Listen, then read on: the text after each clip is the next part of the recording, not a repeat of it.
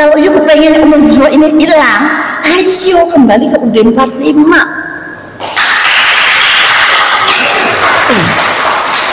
Kalau omnibus law dipetani satu-satu ya mesti elek kabeh, mesti jelek semua. Tetapi itu sudah konstitusional menurut Undang-Undang 2002.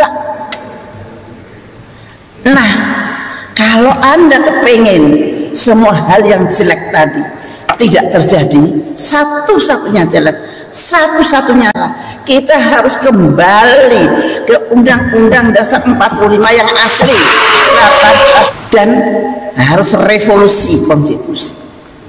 Nggak ada kata lain. Jangan takut, revolusi tidak harus berdarah.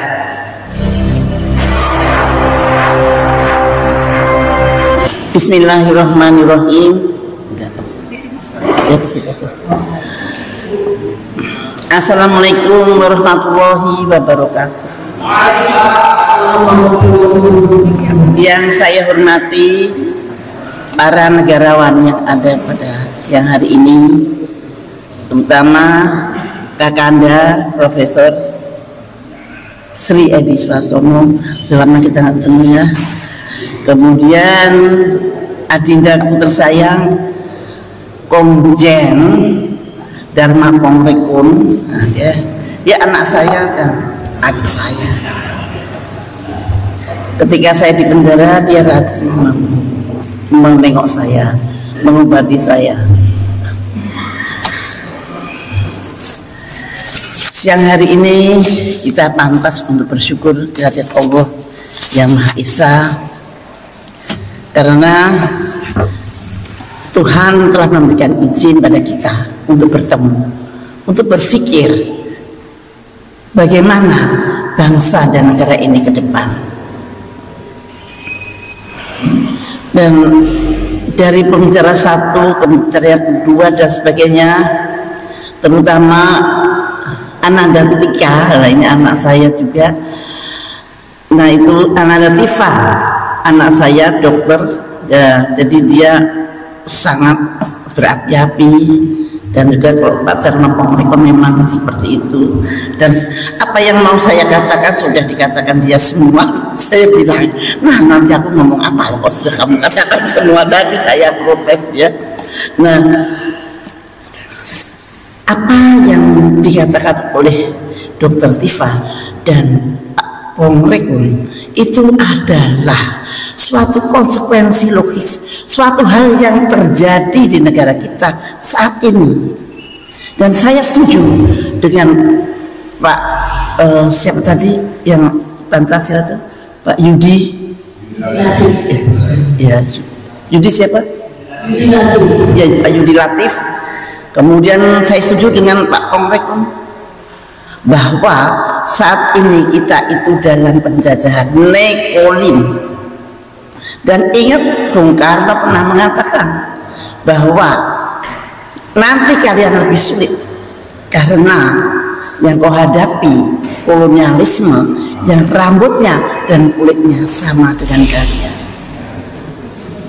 Nah, bapak-bapak dan ibu-ibu semua, karena tadi keadaan marut negeri ini sudah lengkap diutarakan oleh Pak Pongrekun dan Ibu Tifa, maka mestinya apa dong solusinya?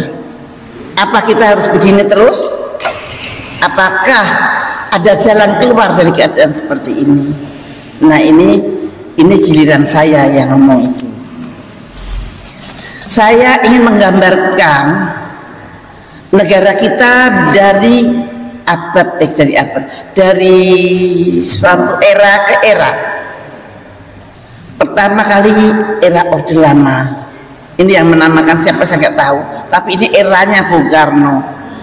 Kemerdekaan sampai tahun 67-an. Kemudian yang disebut negara Indonesia adalah negara yang mempunyai dasar Pancasila dan UUD 45. Ketika eranya Bung Karno, merah putih masih utuh, Undang-Undang Dasar 45 dan Pancasila juga masih utuh. Tetapi ketika eranya Orde Baru, mulailah merah putih mulailah goyang. Undang-Undang Dasar 45 dan Pancasila mulai diselingkuh, mulai terjadi perselingkuhan, tapi masih tetap ada.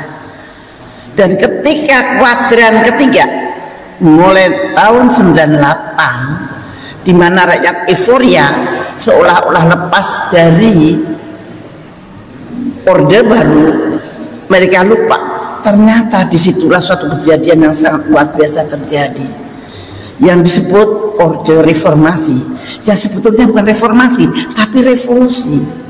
Anda semua terkesima, Anda semua terlena. Di reformasi itulah terjadi revolusi, di mana Undang-Undang Dasar 45 diubah menjadi Undang-Undang 2002 yang ditandatangani Pak Amin Rais. Bayangkan, itu revolusi loh Pak, nggak pakai darah, malah duduk dengan hebatnya, dengan terhormatnya, dengan tepuk tangan. Undang-Undang Dasar 45 menjadi Undang-Undang 2002. Sejak itulah Undang-Undang 2002 itu dilaksanakan mulai ketika saya menjadi Menteri Kesehatan. Saya ini cerita bukan berdasarkan teori atau kata orang, tapi ini berdasarkan pengalaman saya sendiri. Ketika saya 5 tahun dari Menteri Kesehatan, 5 tahun menjadi Dewan Timpres atau Dewan Pertimbangan Presiden. Dan Timpres ketika Pak SBY betul-betul difungsikan dengan baik oleh Pak SBY. Jadi kita diajak berpikir tentang negara. Disitulah saya sadar bahwa kita sudah dirombak undang-undang kita. Padahal Pancasila itu bisa berjalan kalau dikawal oleh Undang-Undang Dasar 45. Tapi Undang-Undang Dasar 45 sudah dihilangkan ketika tahun 2002. Artinya ketika reformasi itu Pancasila sudah nggak ada, merah putih sudah mulai luntur. Maka kuadran keempat adalah era oligarki. Itu sudah matang, sudah nggak ada lagi Indonesia. Siapa bilang ada Indonesia? Indonesia itu harus punya Pancasila, UUD 45 baru kemudian diproklamasikan dengan itu. Tanpa itu tidak ada Indonesia. Dan itu sudah bersih ketika kuadran ketiga, yaitu 98 sampai 2014 kalau nggak salah. Betapa mencengangkan. Dahulu rumah sakit asing, ini karena saya Menteri Kesehatan, tidak bisa masuk ke Indonesia 100%.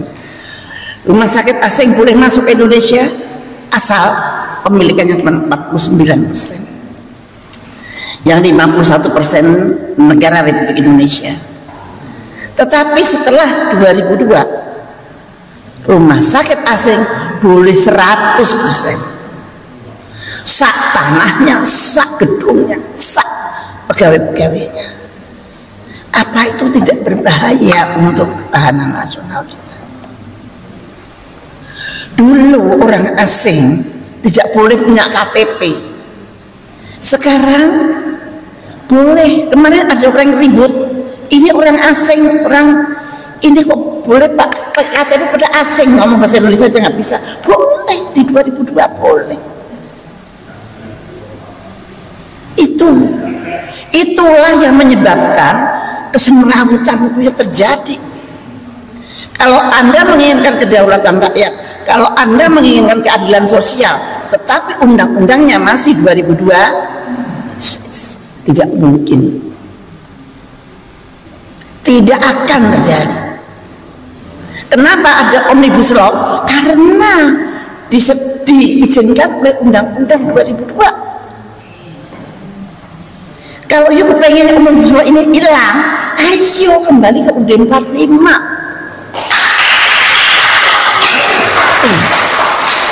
Kalau omnibus law dipetani satu-satu ya mesti elek kabeh, mesti jelek semua. Tetapi itu sudah konstitusional menurut Undang-Undang 2002. Nah, kalau Anda kepengen semua hal yang jelek tadi tidak terjadi, satu-satunya jalan, satu-satunya kita harus kembali ke Undang-Undang Dasar 45 yang asli 18 Agustus,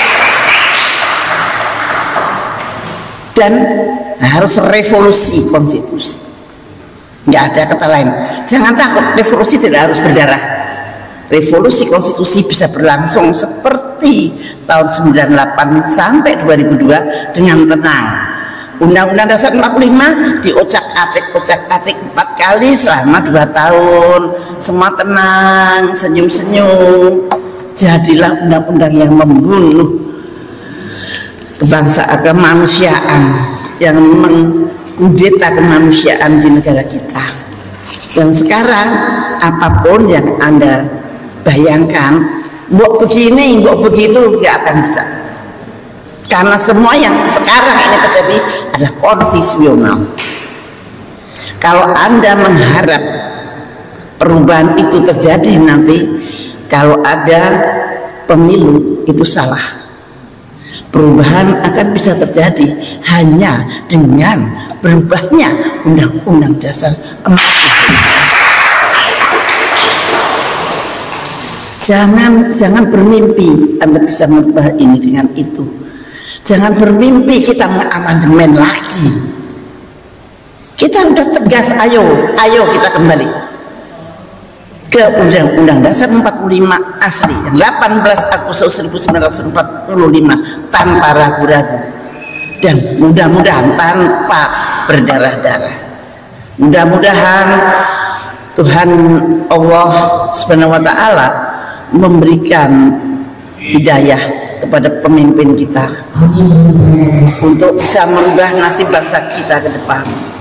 Tidak ada jalan lain, jalan tinggal satu untuk menuju ke masa depan yang lebih baik, atau Indonesia hilang sama sekali.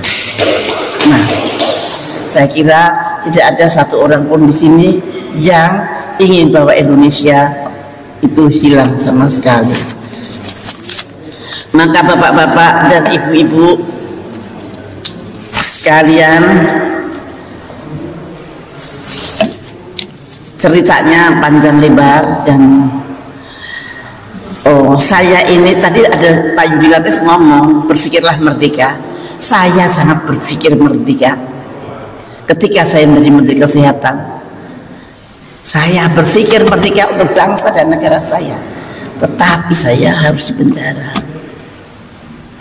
Saya kira semua sekarang sudah nggak berani berpikir merdeka. Maka marilah tokoh-tokoh ini duduk bersama. Bagaimana kita fokus untuk mencari jalan yang sebaik-baiknya, jalan yang seselamat-selamatnya, sesedikit-dikitnya korban. Tapi kita kembali ke UUD 45 yang asli. Itu tidak boleh ditawar sepeser pun, tidak boleh ditawar. Maka mudah-mudahan cita-cita saya ini akan mendapat gayung bersambut dari para negarawan, dan terus bergaung. Jangan takut dengan revolusi konstitusi, karena ini memang harus berjalan cepat, dan kemudian berubah. Maka lainnya akan kembali seperti apa yang kita idam-idamkan. Saya kira cukup sekian. Wassalamualaikum warahmatullahi wabarakatuh. Merdeka! Merdeka! Merdeka!